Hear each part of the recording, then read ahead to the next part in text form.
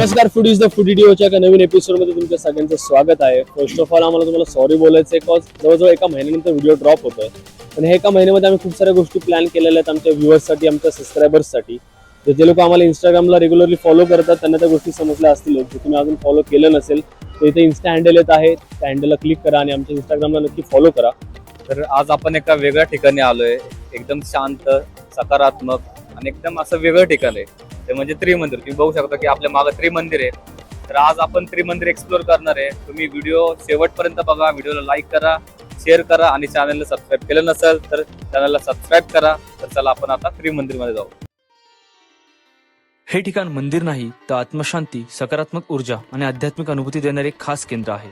एकूण 23,000 square foot मध्ये असलेले हे मंदिर हिरव्यागार बागेने वेढलेले असून त्रिमंदिरची स्थापना ही परमपूज्य श्री दादा भगवान फाउंडेशनने केली असून त्यात आपल्याला जैन, शिव आणि वैष्णव संप्रदायाचा संगम पाहाव्यास मिळतो.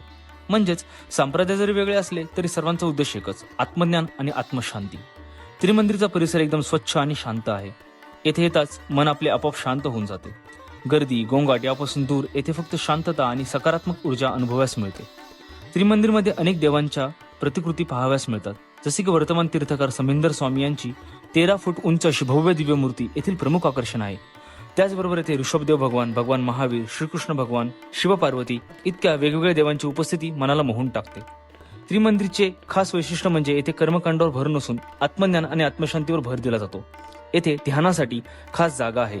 तेथे बसल्यावर मनावरचा ताण हळूहळू कमी होत जातो. जर तुम्ही रोजच्या धावपळीच्या जीवनातून थोडा वेळ स्वतःसाठी काढू इच्छिता तर त्रिमंदिर हे नक्कीच उत्तम ठिकाण आहे. त्याचबरोबर श्री पद्मनाथ भगवानांचे शांत, तेजस्वी दर्शन झाले. त्याचनंतर महाबली हनुमानाचे दर्शन घेतले, ज्यातून अपार शक्ती, भक्ती आणि निष्ठेची अनुभूती मिळाली. गणपती बाप्पांचे दर्शन करताच मन आनंदाने आणि श्रद्धेने भरून आले. विघ्नहर्ता बाप्पांनी सर्व अडचणी दूर कराव्यात अशी मनोमन प्रार्थना केली. त्यानंतर श्री चंद्रायन यक्षदेव आणि श्री पंचगुली यक्षिणी देवीचे दर्शन झाले. त्यांच्या उपस्थितीत एक वेगळीच देवी ऊर्जा अनुभवायला मिळाली. श्री भद्रकाली देवींच्या रूपात शक्ती आणि संरक्षणाची भावना जाणवली. तसेच महाराष्ट्राची कुलदेवी तुळजाभवानी मातेचे दर्शन घेताना अभिमान आणि भक्तीने मन भरून आले. श्री चक्रेश्वरी देवी, श्री अंबा माताजी आणि श्री पद्मावती देवी यांच्या दर्शनाने मातृशक्तीची कृपा आणि आशीर्वाद अनुभवता आला. आणि शेवटी श्री साईबाबांचे दर्शन घेतले. त्यांच्या करुणामय आणि शांत रूपाने मनाला अपार शांती मिळाली.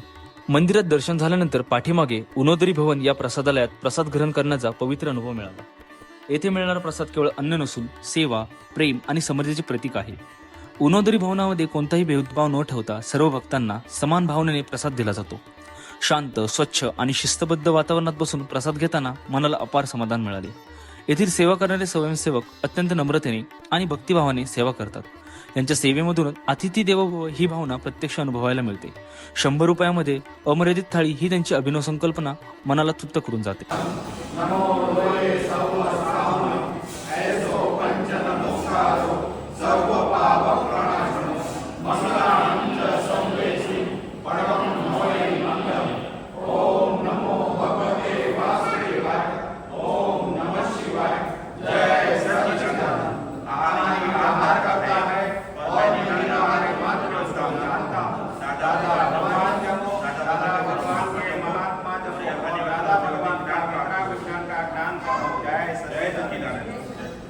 तर काय तुम्ही बघू शकता, आपण मंदिर एक्सप्लोर केलेलंच आहे आणि जेवणाची पण वेळ झाली. तर आम्हाला त्यांनी सांगितलं की त्यांच्या मंदिराच्या मागे एक भोजनालय पण आहे, त्यांचं प्रसादालय आहे. त्यामध्ये तुम्हाला 100 रुपीजमध्ये अनलिमिटेड थाळी भेटते. ती थाळी आपण इथं आता ऑर्डर केलेली आहे.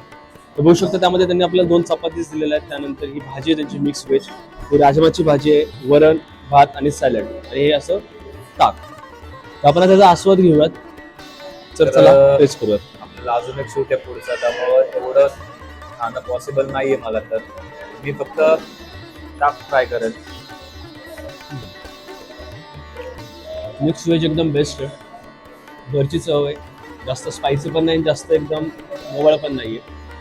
मला तर ताक असं घरी बनवल्यासारखं त्याची टेस्ट येते.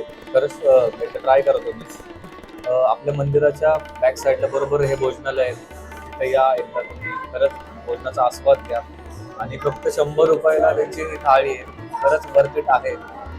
तर तुम्ही पण एकदा ट्राय करून बघा हे ताक कसं लागते. राजमा पण बेस्ट लागतोय. अनलिमिटेड असल्यामुळे त्यांचं सांगणं होतं की लाईक जेवढं तुम्हाला हवं तेवढं घ्या, जेवण वाया घालवू नका. राजमा टेस्ट केला मी एकदम बेस्ट आहे. तर गाईस तुम्ही त्यांचं किचनही पाहू शकता, एकदम नीट आणि क्लीन ठेवलेलं आहे. त्याचबरोबर त्यांचं स्टोरेजही तुम्ही बघू शकता, वेल मेंटेन असं दिसत आहे.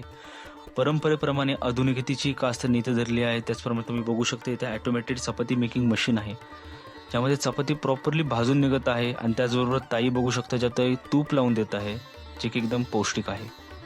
त्यांचा वरण आणि भात पण आपण ट्राय करणार आहे, पण सगळ्यात आधी त्यांचं वरण ट्राय करून बघूया. नेक्स्ट शूटला मला पण खायचंच आहे. वरण एकदम घट्ट आहे आणि घरच्या सारखं स्ट्रक्चर आहे त्याचं. ट्राय करू.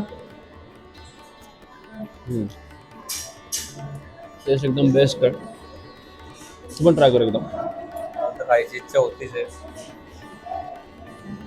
प्रदीप सर पुढचं पण एक शूट आहे, त्यामुळे तिथे पोट जरा आम्हाला रिकामा ठेवायचं. पण वरण एकदम बेस्ट आहे गाईस.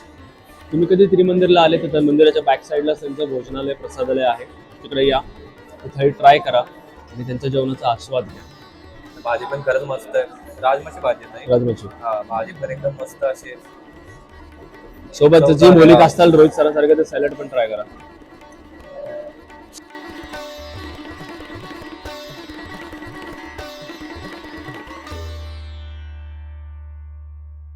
त्रिमंदिरच्या भोजनालयाच्या जेवणाचा आपण आस्वाद घेतला. जेवण एकदम बेस्ट होतं. मंदिर खूप शांत आहे, सुखदायक शांतता तुम्हाला तिथे भेटते. आणि ते एक अशी वेगळीच एनर्जी अशी क्रिएट होते आपल्यामध्ये, एकदम असं शांत वातावरण तिथलं. तर तुम्हाला त्रिमंदिरला यायचं असेल तर खेड शिवापूरच्या टोल नाक्याच्या बरोबर पुढे खेड शिवापूरमध्ये. आणि जर साताऱ्याकडून तुम्ही किंवा कोल्हापूरकडून जर तुम्ही येणार असाल तर खेड शिवापूरच्या आधीच हे त्रिमंदिर, तिथं एकदा नक्की व्हिजिट करा. व्हिडिओ आवडला असेल तर व्हिडिओला लाईक करा, जेवढा शेअर करता येईल तेवढा शेअर करा. चॅनलला सबस्क्राईब केलं नसेल तर चॅनलला सबस्क्राईब करा. तर चला आता भेटूया आता नेक्स्ट व्हिडिओमध्ये.